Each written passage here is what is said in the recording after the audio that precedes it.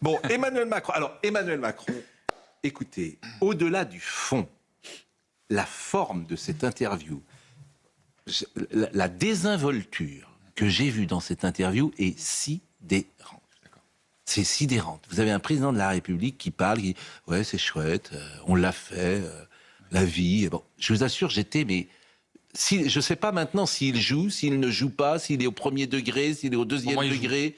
Quand je l'ai vu hier, j'ai regardé l'intégralité de l'interview, honnêtement, à la fin, il y a un surjeu dans une sorte de mélancolie un peu forcenée de on a passé de 9 belles années ensemble, on a tenu. Vous l'avez entendu ou pas? Non. Alors vous allez voir, c'est Brut, c'est une interview. Alors sur le bilan, alors il est formidable, tout est bien, c'est chouette la vie. Donc il y a des, bon, je sais pas où il vit. Une drôle de période. Ouais. Non mais je vous assure, la forme est sidérante. Hein. Ah oui. La forme est vraiment sidérante, même l'attitude, comment dire, physique, comment il se tient. Je vous assure, là on est. À l'Élysée. Comment? Je sais pas où c'était. Ça s'est passé à l'Élysée. Non, je crois pas que c'était à l'Élysée d'ailleurs. Bon. Mais... Et puis sur le fond, bah alors il est content de lui, quoi. Mais c'est pas étonnant d'ailleurs. Ils sont tous contents d'eux.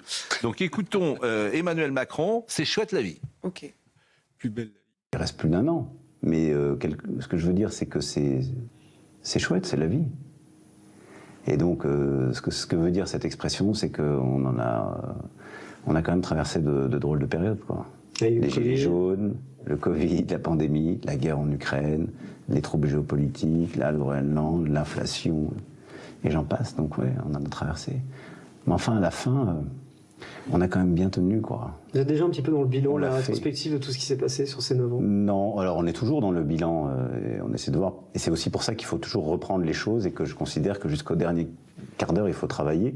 Parce qu'il y a des choses parfois qu'on n'a pas réussi, parce qu'on les avait ou pas bien comprises, ou pas bien expliquées aux autres, ou imparfaitement faites. Et c'est peut-être maintenant. On n'a pas compris. On n'a pas compris, oui. On n'a pas compris parce qu'on n'est pas assez intelligent. On n'a pas compris qu'il y avait de l'insécurité partout, que le narcotrafic explosait, que la dette était à 3 000 milliards. On n'a pas compris parce qu'on ne nous a pas expliqué, dis donc.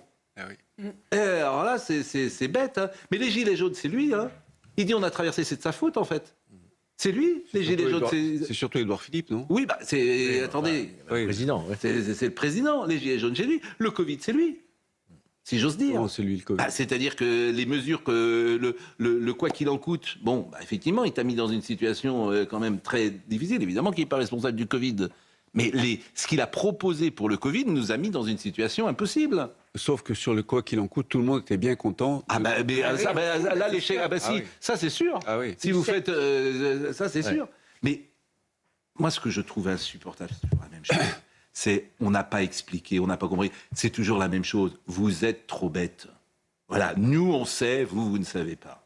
Et imparfait. Enfin, vous avez un pays qui a explosé en termes d'insécurité, en termes d'immigration, en termes de finances publiques, en termes... Qu'est-ce qu'il a réussi, Emmanuel Macron? Sérieusement, mais sérieusement, qu'est-ce qu'il a réussi? Surtout la fracture. Il a réussi Notre-Dame, Jeux Olympiques. les Jeux Olympiques, mais bon... Avec beaucoup d'argent. Donc voilà. Et manifestement, il a réussi aussi un moment sur le chomage, Oui. à une sorte d'attractivité du pays. Au début, surtout, ça c'est un peu moins vrai aujourd'hui. Le chômage a augmenté récemment. Donc c'est ça, mais je parle sous le Il y avait une contrôle réforme des experts. retraite, mais la réforme, la retraite, c'était sa réforme, il l'a même pas été jusqu'au bout. Donc Eugénie Bastier, qu'en pensez-vous? Qu'est-ce que vous pensez d'abord de la forme comme du fond? Moi, ce qui me frappe toujours chez Emmanuel Macron, c'est cet exercice d'autosatisfaction. Il est incapable de reconnaître la moindre erreur. On se souvient avec la dissolution, qui a quand même été une erreur absolument catastrophique. Il n'a jamais admis qu'il s'était trompé. Il y aurait une forme de grandeur à dire voilà, j'ai pris une mauvaise décision qui a plongé le pays dans l'immobilisme. Il n'y a jamais un regret, jamais un... Mais vous connaissez beaucoup d'hommes politiques, a fortiori de présidents, qui font leur autocritique. Aujourd'hui, oui. C'est une tendance. Ah bon? Aujourd'hui, c'est une tendance Chirac, Sarkozy, des Mitterrand, présidents. ils n'ont jamais fait leur Non, autocritique. mais pas en France. Mais... C'est-à-dire que Mitterrand est mort 1 an après... Non, mais même pendant ses mandats, c'est le travers de la classe politique française, en tout cas, ailleurs je ne sais pas, Les gens, André Vanini. Les gens ne font jamais leur autocritique, jamais ils ne se remettent en cause. Et puis, est-ce qu'ils sont là pour se remettre en cause? On les critique assez, la presse notamment les critique assez, donc qu'ils défendent son bilan, moi ça me Si choque vous, par pas. exemple, vous faites votre autocritique, souvent vous dites que vous êtes Vous, par trompé. exemple, ça vous choque pas, ça, ce que Non, vous vous êtes- Non, parce que Vous d'abord, trouvez pas ça indécent? sur le ton, c'est intimiste, donc c'est le cadre Oui. qui s'y prête, le ton, un peu à C'est voix, chouette la vie, un peu à vous voix ne basse. trouvez pas ça indécent C'est chouette pour la les vie, il gens, aurait pu s'en passer, oui. Oui, Mais le fait qu'il défende son bilan, après tout, oui, mais... c'est son rôle, non? Oui, bien sûr. Il ne va mais- pas dire j'ai tout raté, je suis mauvais, excusez-moi. Non, Oui. jamais un président n'a fait Oui, ça. mais c'est toujours, on a mal compris. Oui, Vous avez on m'a mal compris. On a C'est-à-dire mal que comme compris. si c'était les Français qui étaient trop bêtes pour comprendre Voilà. l'utilité de son bilan. Entre C'est le ça qui ton m'agace et la un peu forme. dans ça. Rachel Kahn. Le ton intimiste en plus sur la forme, alors que on se sent très abandonné, alors qu'on est fatigué, alors qu'on est triste de tout ce qui s'est passé pendant ces 2 mandats, très sincèrement, sur différentes politiques.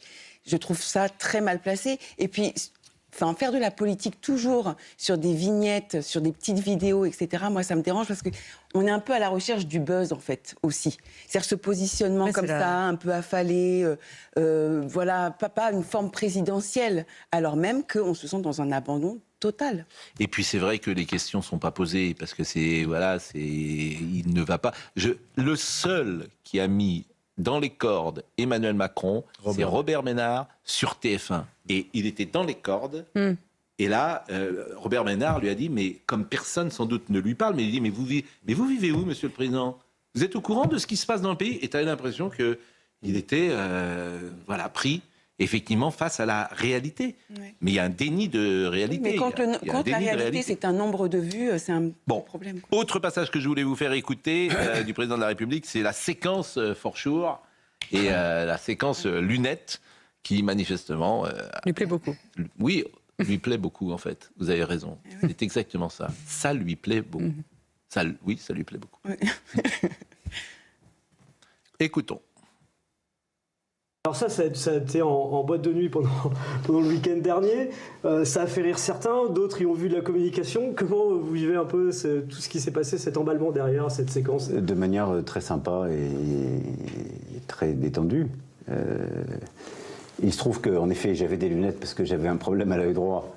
J'ai eu pendant plusieurs jours. Et je pense que c'est à la fois le caractère un peu insolite de ces lunettes, le moment aussi qui est un moment de très forte tension politique avec les États-Unis, le fait qu'on ait un peu dit stop, et la franchise, et puis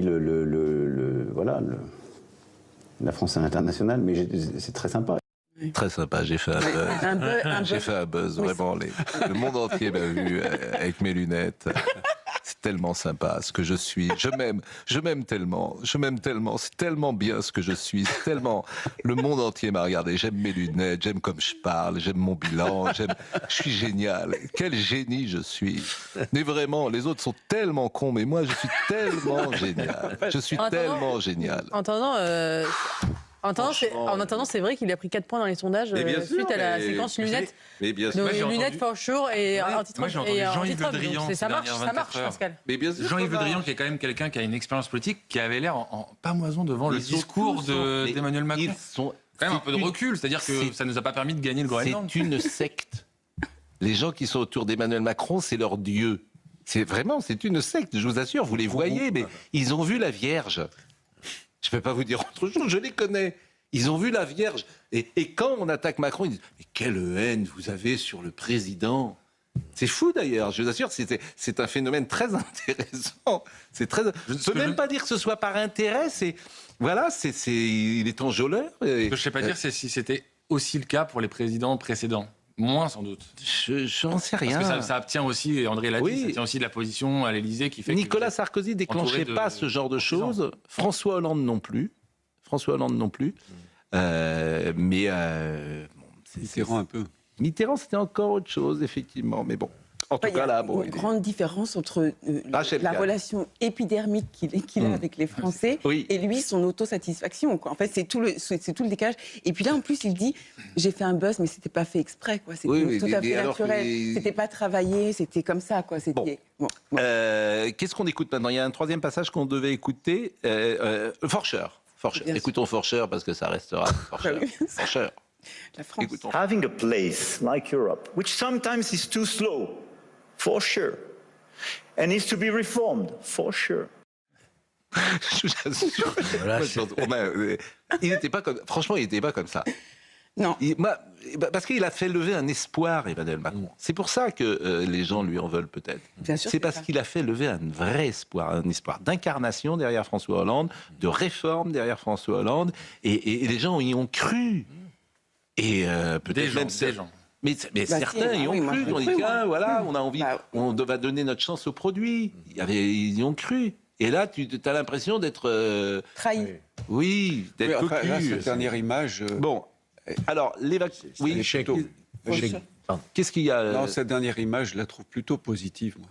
Forcher Sur l'image d'un président moderne qui parle très bien l'anglais. Oui. C'est pas Enfin, il a un accent, mais. Oui. Vous parlez aussi bien l'anglais que lui? Forcher. Non, mais moi, je suis très sexy, l'accent français, en anglais. Nous maîtrisons la langue. Ah oui. Bien sûr. Forcher. Non, mais Pour sûr. C'est un peu à la Aznavour, quoi. Formidable. Ouais, l'OSS 117. Bon, et alors, autre passage, le passage est sur les vacances scolaires, parce que là, c'est vraiment important, les vacances scolaires. C'est le truc le plus important en France. C'est un truc qui... Oui, on en parle tellement depuis longtemps qu'il faut bien décider un jour. Hein, donc, Mais écoutez, on avait la meilleure école du monde. Oui.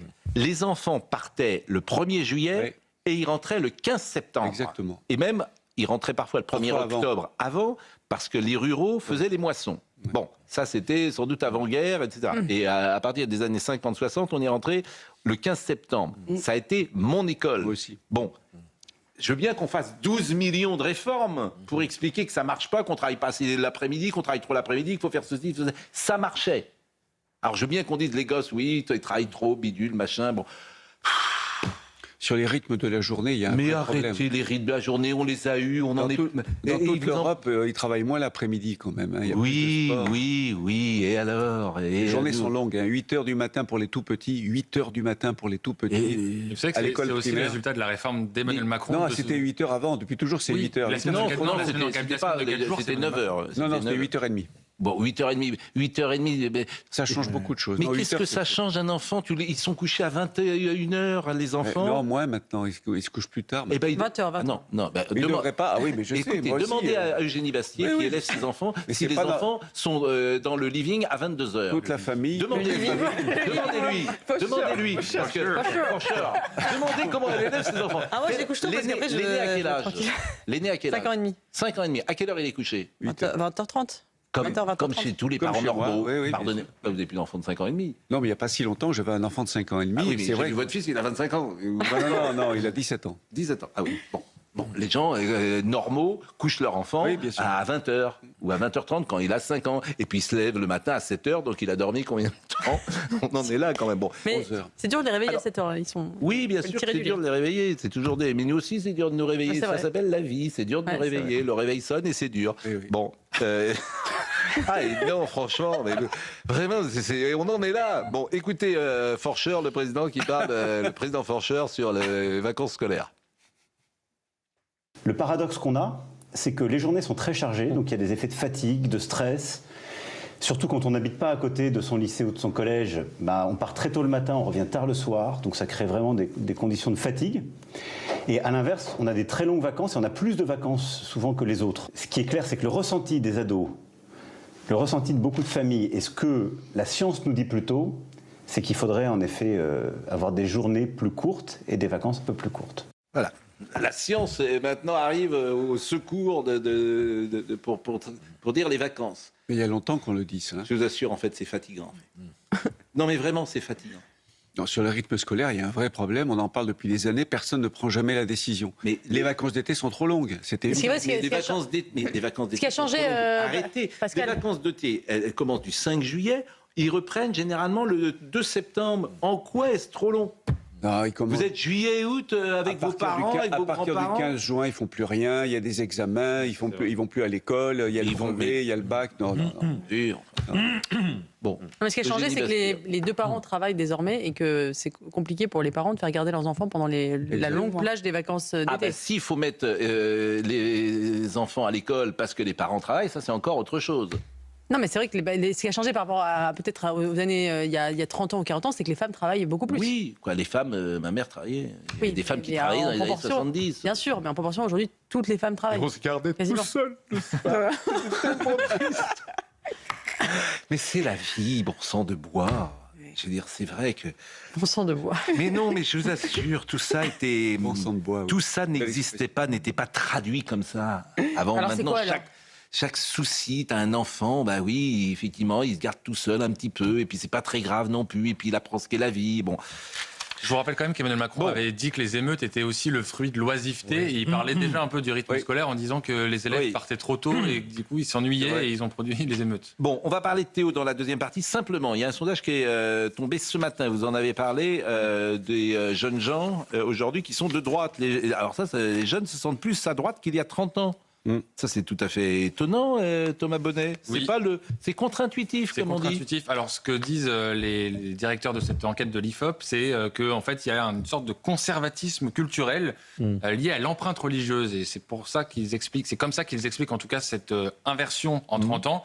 Et en fait, c'est vrai que quand on regarde, c'est une grosse enquête de l'IFOP pour le Magazine Elle, quand on regarde dans le détail, par exemple, quand vous interrogez les 15-17 ans musulmans, ils ont un esprit conservatiste très fort. Mais ils ne sont pas de droite pour autant. Conservateur très fort, pardon. Alors, pas forcément de droite, parce que là, c'est un peu schématisé, c'est ce qui se sentent de droite. Mais après, quand vous regardez les détails, par exemple, moi, il y a quelque chose qui m'a beaucoup marqué dans cette enquête. On leur propose des comportements, et est-ce qu'ils sont inacceptables selon vous? Par exemple, les relations amoureuses entre personnes du même sexe, vous avez 13% des 15-17 ans qui estiment que c'est inacceptable. Et chez les jeunes musulmans, c'est 49%. C'est-à-dire qu'il y a un jeune musulman de 15 ans à 17 ans sur deux qui estime que les relations entre les personnes du même sexe, c'est inacceptable. Ça vous dit quelque chose aussi sur l'état d'esprit qui est en train d'émerger dans la jeune génération. Et ce qui est intéressant, c'est qu'il va y avoir une collision dans les années qui viennent parce que ces jeunes musulmans votent à gauche, à l'extrême gauche, même souvent la France insoumise, qui a des positions diamétralement opposées en termes de progressisme. Donc il va y avoir une collision dans les années qui viennent. Soit la France insoumise va devoir adopter des positions conservatrices, soit il va y avoir une force peut-être communautariste, conservatrice qui va émerger, avec un parti qui soit à la fois qui soit plus de l'islamo-gauchisme, mais une forme d'islamo-conservatisme. Ce sera intéressant à suivre dans les années qui viennent. On va marquer une pause. Comment le jeune Valigny, qui a 17 ans, se sent-il? Il se sent à droite ou à gauche? Écoutez, contrairement à la plupart des gens de son âge, il n'est ni pour Bardella, ni pour Mélenchon. Il est plutôt Macron-Attal. C'est rare à son âge. C'est effectivement... Alors ma femme qui est très à gauche me dit, tu te rends compte, notre fils n'est pas à gauche. Je dis, écoute, il devrait être Bardella ou Mélenchon. Estimons-nous heureux, Macron-Attal, c'est pas si mal quand même. C'est super. Moi je trouve que Forcheur, votre fils, faut le mettre sous cloche, hein, parce qu'il y en a peu, voilà, moi je trouve qu'il est bien. Il votera l'année prochaine pour la première fois. Oui. Ah oui. Il regrette de ne pas voter cette année d'ailleurs. Pour les ministres. Oui, il aurait voté Forcheur. D'ailleurs, on ne dit pas Forcheur, a priori, c'est ça qui est drôle. Mais oui, bien sûr. Definitely. Exact. Ah bon? A priori, on dit for definitely. Mais... Definitely. Comment? Definitely. Quand on était à New York, et que nous, dans notre année de césure, oui, parce qu'il n'y avait pas d'année de césure à l'époque, maintenant il y a des années de césure, on disait definitely. Ça a été mis en musique en plus. Hein, Forcheur. dans les discothèques. Bon. Ah bon? Mais je me demande si c'est pas un peu du Raffarin, un peu. Vous vous souvenez de Yes, the No, yes, the No. the no. Ouais, j'ai l'impression, moi, ça me fait penser à ça. Possible. Bon, on va marquer une pause et on va parler de Théo, parce que Théo, ça me paraît... L'insécurité me paraît beaucoup plus important que les vacances scolaires, voyez-vous. Ça me paraît... pas vous? Si. Ah, bon. Vous avez du mal à le dire quand même. Hein, vous avez pas mélanger tous les sujets. Oui, mais on peut les hiérarchiser. Il y a des sujets importants et puis des sujets qui ne sont pas importants. Donc les vacances scolaires, ça ne me paraît pas essentiel. En revanche, l'insécurité en France et Théo, ça me paraît essentiel. Voyez-vous, d'accord. For sure. À tout de suite.